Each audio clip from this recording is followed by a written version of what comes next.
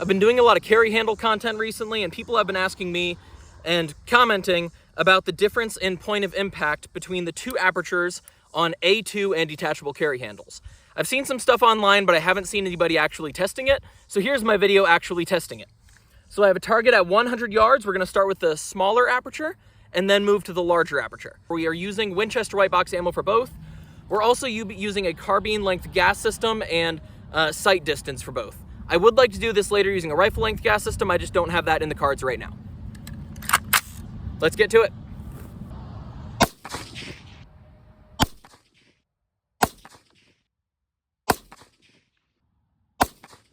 All right, now we're going to switch to the larger aperture and we'll take 5 more shots.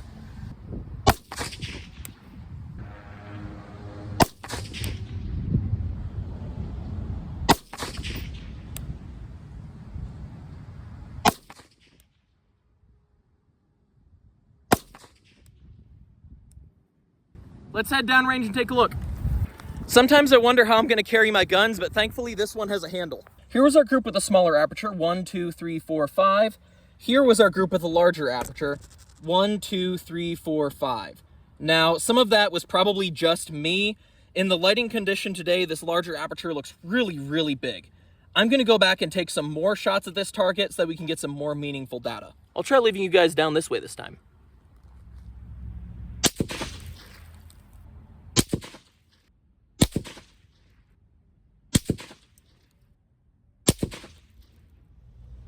There we go, that's looking a lot better. I'm gonna take these targets home and then I'll do some measurements there. I have 5 shots left in the magazine, let's do a bill drill. I have an IPSC set up at about 15 yards.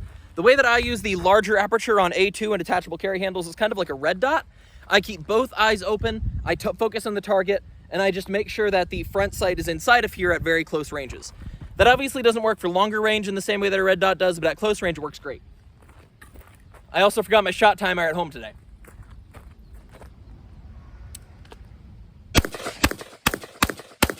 Team that's not very hot.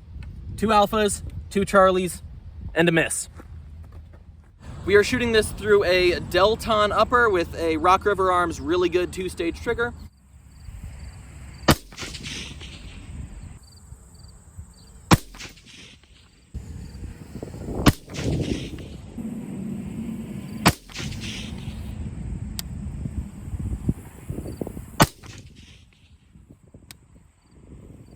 All right, now we're going to switch it to the large aperture, and I have a different target set up.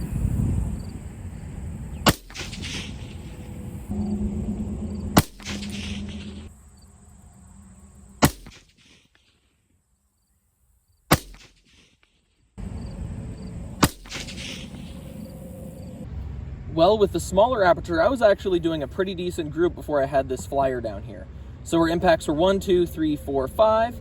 And then with our larger aperture, we had 1, 2, 3, 4, 5. Now, this does have a notable shift down. One thing that's smart with the larger aperture is figuring out exactly what that shift is, because it's so hard to shoot precisely with the larger aperture. I'm gonna step back again, and I'm gonna shoot a few more shots with the larger aperture, just to see if we can get some more usable data. I forgot to turn the camera on for that second group, but we now have 10 impacts over here, and I think much more useful information. 1, 2, 3, 4, 5, 6, 7, 8, 9, and 10. So I shot 2 separate 5-shot groups. I know one of these was just high and that was just me. So I think we have enough useful information. We'll take this home and we'll measure the impacts. Now, there are 3 main things I'd like to discuss, and we'll go from most obvious to least obvious. Number 1, you'll notice that the group sizes roughly doubled from the smaller aperture to the larger aperture. With the A2 carry handle, we had a 3.5-inch group with a smaller aperture, and a 6.5-inch group with the larger aperture. That is quite a bit of a shift, and I had to do that over 2 groups because of how hard it is to shoot accurately with the larger aperture. Same thing when you go to the detachable carry handle. I threw out the 1 flyer because that was just me, but even if we included it, we had a 5-inch group. Without it, we had a 3.8-inch group. And then with the larger aperture, we had a 8 3/8-inch group with the first group, and then a 5 3/4-inch group with the second group. With both of these, with the larger aperture, I had to shoot 2 groups because I just didn't even have enough data shooting just 1 because of how large our group was. So the information was basically useful with just the 1 group. Because the group was so large, I really couldn't even study it. So that is the most obvious thing. The second most obvious thing is the downward shift. With the A2 carry handle, I had a 3 3/8 inch difference between the center of the two groups. This is the center of the group with the smaller aperture, so it's right here on this target. And then this is the center of the group with the larger aperture. And then with the detachable carry handle, here is the center. I also transferred it over to this target with this nail. And then we go down to right there with the larger aperture. So there is a pretty significant shift downward. Now with the A2, I got a 3 3/8 inch difference, and then with the detachable carry handle, I got a 5-inch difference. Why are those different? Well, that is a great question, and I don't have a perfect answer for you yet. It may have just been that I did have to shoot these on different days, and because I shot them on different days, I had different results. The sun was in a different place, my eye was uncomfortable because of just how hot it was this day and all the shooting I had to do beforehand. It was fatigued. So that might have been the major issue at play here. Another thing that may have been at play is that there are different types of detachable carry handles. There are several different types. And so because there are different types, some of them may have a difference in that shift. Now mine was a mil spec. I think it was a square forge, but I'm not exactly sure. Mine was a mil spec detachable carry handle, but you may just notice that shift there. And you could probably notice the same thing too with some different A2 brands. But these are the numbers I got. It was a 3 3/8 inch downward shift with the A2 carry handle and a 5-inch downward shift with the detachable carry handle.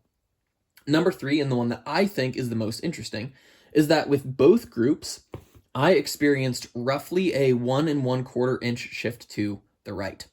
And that one is fascinating.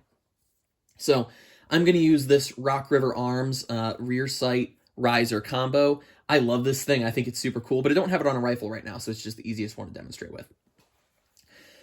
So you'll notice that the way these sights work is that when you turn this knob right here, so I'm going to turn it to the left, you'll see the aperture moves as I turn it. And I'll try and keep it over the right from the camera's perspective. So I turn it, and it rotates to the left. Good? All right, so that is how you adjust the windage on these. Now, the interesting thing is that one click rotating from here to here is going to be about a third of an MOA shift with a 20-inch barrel. Now, it is 10 rotations to get all, or 10 clicks to get all the way around. So if I start right here, 1, 2, 3, 4, 5, 6, 7, 8, 9, 10, made a full rotation, right like that. So that means that one complete revolution is a 3.3 MOA shift. Now, you'll see that there is 1/2 inch and 5 inches right there. You will see some different numbers online, but in my experience, it's been a third MOA with a 20-inch barrel. When you rotate from the smaller aperture to larger aperture, you are actually turning the rear sights on that screw. So when I go from here to here, I am getting a 1/4 of a revolution. 1/4 of a revolution, or 1/4 of these two numbers, is equal to 0.8 MOA. So with a 20-inch barrel, when you go from here to here, you'll have a 0.8 MOA shift to the right. I thought that was pretty interesting. Now, with the carbine length gas system, the sight radius is decreased. And so because the sight radius is decreased, there is more of an impact on the adjustments. So what was 0.8 MOA, in my experience personally, became 1 1/4 MOA, or 1.25 MOA. That's the one I thought was the most interesting. Now, does that really matter? Personally, I don't think so. I think 100 yards is pushing it with these larger apertures. 100 yards is very tough to shoot with a larger aperture. So mostly, if you're outside of about 50 yards, you're probably going to be using your smaller aperture anyway. And at 50 yards, that's, I don't know, about a 1/2 inch shift. And I don't know if that 1/2 inch really matters in a combat environment at this range. But I do think that that's still pretty interesting. Now, the relevance of all this, number one, I think it's some good old-fashioned myth-busting. People argue back and forth about whether or not A2 carry handles have a point of impact shift when you shift from the smaller aperture to the larger aperture. Now we know that there is a pretty significant downward shift and a, noticeable shift from left to right. So academically, I think that's interesting. I also think that this does play a role in like a tactical situation. I mean, there aren't necessarily a lot of people who are still using this kind of sight.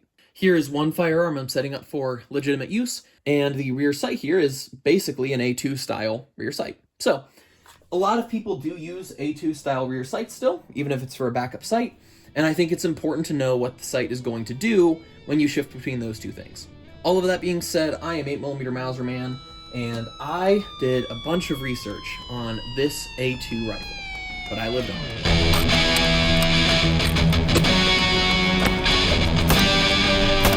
Hey!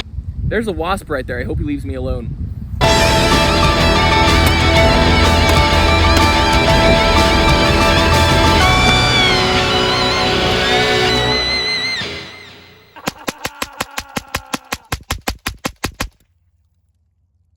Keep the change, you filthy animal.